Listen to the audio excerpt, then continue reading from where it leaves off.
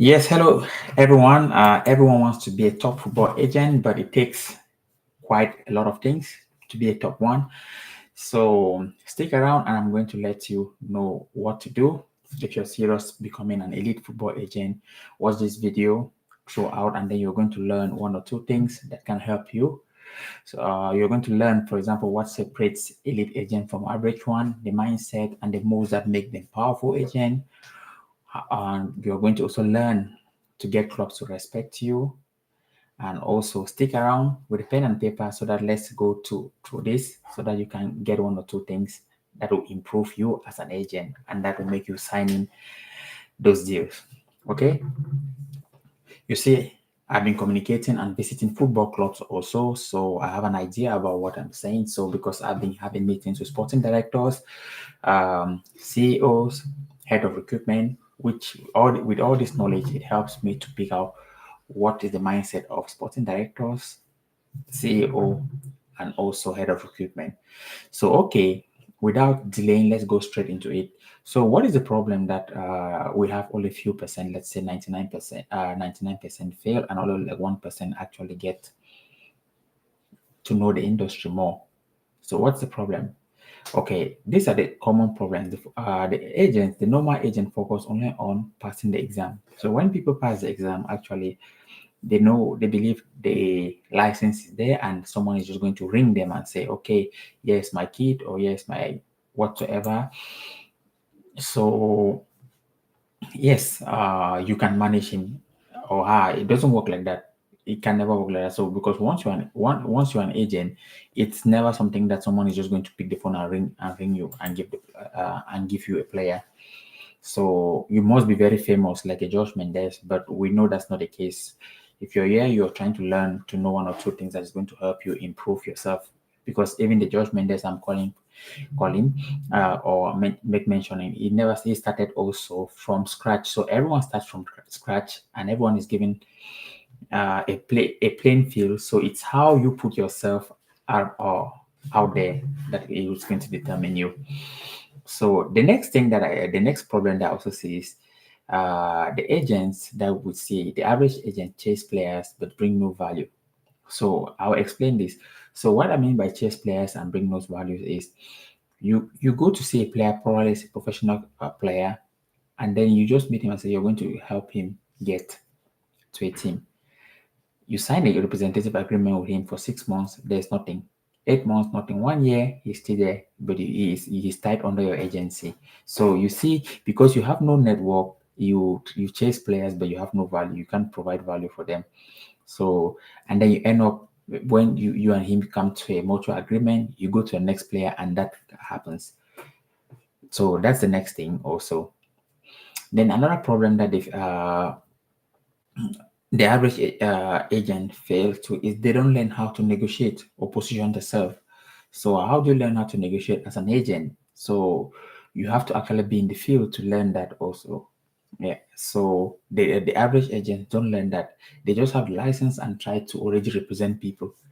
Yeah.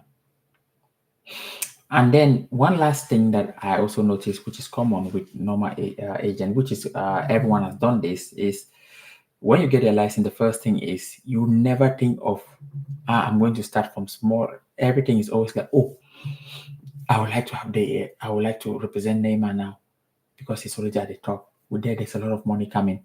That's how many people think, but it's never the case. So, will Neymar want to be part of your industry, or would Ronaldo want to be part of your industry? So you see, it's always something that you have to be very smart and pushing yourself in the right place to be able to make these things happen. So those are the problems. Now let's look at the solution. Okay, what elite agent actually do is they dominate positioning. They control how people see them. So they have built their network in a way that people see them as up there. So they don't sound needy when they write a message. When they go to a football club and they say, okay, they want to see the sporting director, and if the sporting director is not around, they are booking for, or they book even an appointment with sporting director. They don't, because they have built themselves, or they have invested. And what do I mean invested is, at the beginning stage, they came talking to the coaches, talking to people, and when they have sold one or two, three players with you. They don't come again like talking. They now pick your phone book and they start doing things normally. So you have to start small also and build and go through that process that they have gone through. So don't see yourself as an elite when you have not gone through this process, because you're going to always find it difficult. Start from scratch.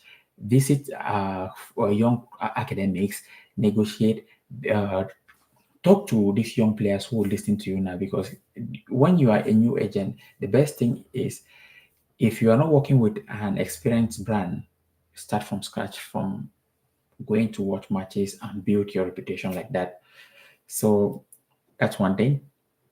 And then the next one is, I'm going to say is, the elite agents, they study people, not just football. They study clubs, they study parents, they study how to build relationship with these people, because behind the player also there's also the parents. So you have to also meet the parents and communicate also with. You have to learn how to build relationship with the family. So the top agents, they position themselves in a way that they are quite, they know what, how to network or communicate with the parents of the players, how to make the player feel at home. So it's very important, because these are all human beings and they need that kind of uh, investment in them. They don't want to, they don't, the relationship cannot just be like playing and money, you pay me and you're playing and then it ends like that. Normally that kind of relationship don't last. So the top agents always guarantee something of trust due to how they behave with players and the family. And then the next thing that the top agents do is they invest in visibility.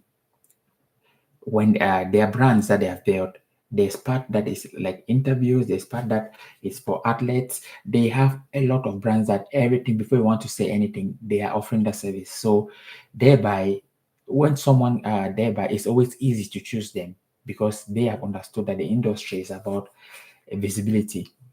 So if you want to position yourself as an elite agent, you have to start thinking also that kind of way, that you have to have a lot of things that you can offer, so that you can be able to negotiate, you can be able to sign endorsement deals, and a lot of all these deals that people support you. I mean, that the young players who come running behind you.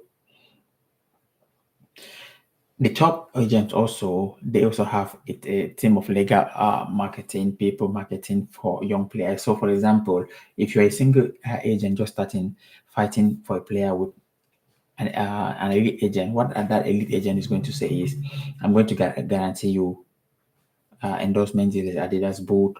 I'm going to the Nike, Adidas, the Nike, and all these kind of big brands that you're going to earn extra income. So when the players start hearing that, listening to that, when you call their phones, they don't even want to listen to you anymore, because something is much better and it's appealing. And so these are the things that you have to learn to put yourself in. I have to do the work. So, and then what last thing that the top agents do, they deliver real result. That's why you see they're up there.